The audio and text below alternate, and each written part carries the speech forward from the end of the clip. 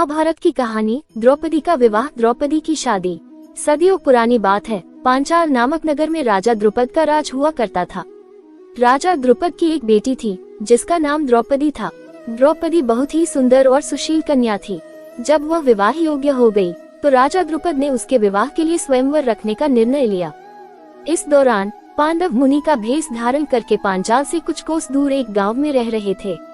जब उन तक द्रौपदी के स्वयंवर की सूचना पहुंची तो वेदव्यास के आदेश पर उन्होंने पांचाल जाकर स्वयंवर में भाग लेने का निर्णय लिया।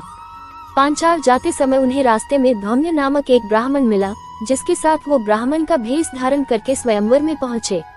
स्वयंवर में दूर दूर से बड़े बड़े राजा, महाराजा और राजकुमार पधारे हुए थे। वहां पहुंचकर पांडवों ने ब्राह्मणों के बीच अपना स्थान ग्रहण कर लिया।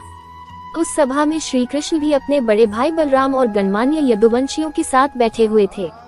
सभा की एक ओर सभी कौरव भी विराजमान थे।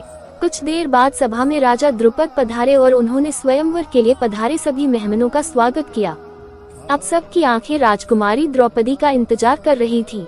सब यही सोच रहे थे कि राजकुमारी उन्हीं को अपना पति चुनेगी। दोस्तों, अगर आपको वीडियो अच्छा लगा है तो प्लीज इस वीडियो को लाइक करना, शेयर करना। अगर आप चैनल पर नए हैं तो चैनल को जरूर सब्सक्राइब करें। कुछ समय बाद सभी का इंतजार खत्म हुआ और राजकुमारी द्रौपदी एक सुंदर सी परी की तरह सभा में पधारी। उन्हें देखकर सभी मंत्रमुग्ध हो गए। राजकुमारी ने सभा के बीच से गुजरते हुए अपने पिता के सिंहासन के समीप अपना स्थान ग्रहण कर लिया। इसके बाद सभी सभागणों को संबोधित करते हुए राजा द्रुपद ने कहा, मैं राजा द्रुपद इस स्वयंवर में आप सभी मेहमानों का स्वागत करता है।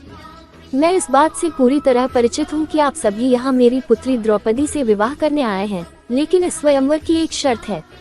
आप सभी को सभा के बीचों बीच एक स्तंभ पर गोल घूमती हुई नकली मछली लटकती दिख रही होगी। उस मछली के ठीक नीचे धरती पर एक तेल का पात्र रखा है, जिसमें उस मछली का प्रतिबिंब दिख रहा है। स्वयंवर की शर्त यह है कि जो भी धनुर्धारी प्रतिबिंब में देखकर मछली की आंख पर निशाना लगा देगा, वह इस स्वयंवर का विजेता होगा और उसी से द्रौपदी का विवाह होगा।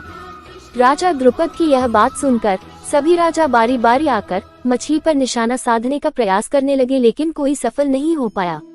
असफल व्यक्तियों में शिशुपाल, दुशासन, दुर्योधन और अन्य कौरवों का भी नाम शामिल था। अंत में पांडवों की बारी आई। उनकी ओर से अर्जुन ने मछली की आंख पर निशाना लगाने के लिए धनुष उठाया और एक ही बार में तीर निशाने पर लगा दिया। ये देखकर सब आश्चर्यचकित हो गए कि एक ब्राह्मण ने इतना सटीक निशाना लगा दिया। इसके बाद अपने पिता की आज्ञा से द्रौपदी आगे बढ़ी और अर्जुन के गले में वरमाला डाल दी और दोनों का विवाह संपन्न हुआ। दोस्तों, अगर आपको वीडियो अच्छा लगा है तो प्लीज इस वीडियो को लाइक करना, शेयर करना। अगर आप चैनल पर नए हैं तो चैनल को जरूर सब्सक्राइब करें।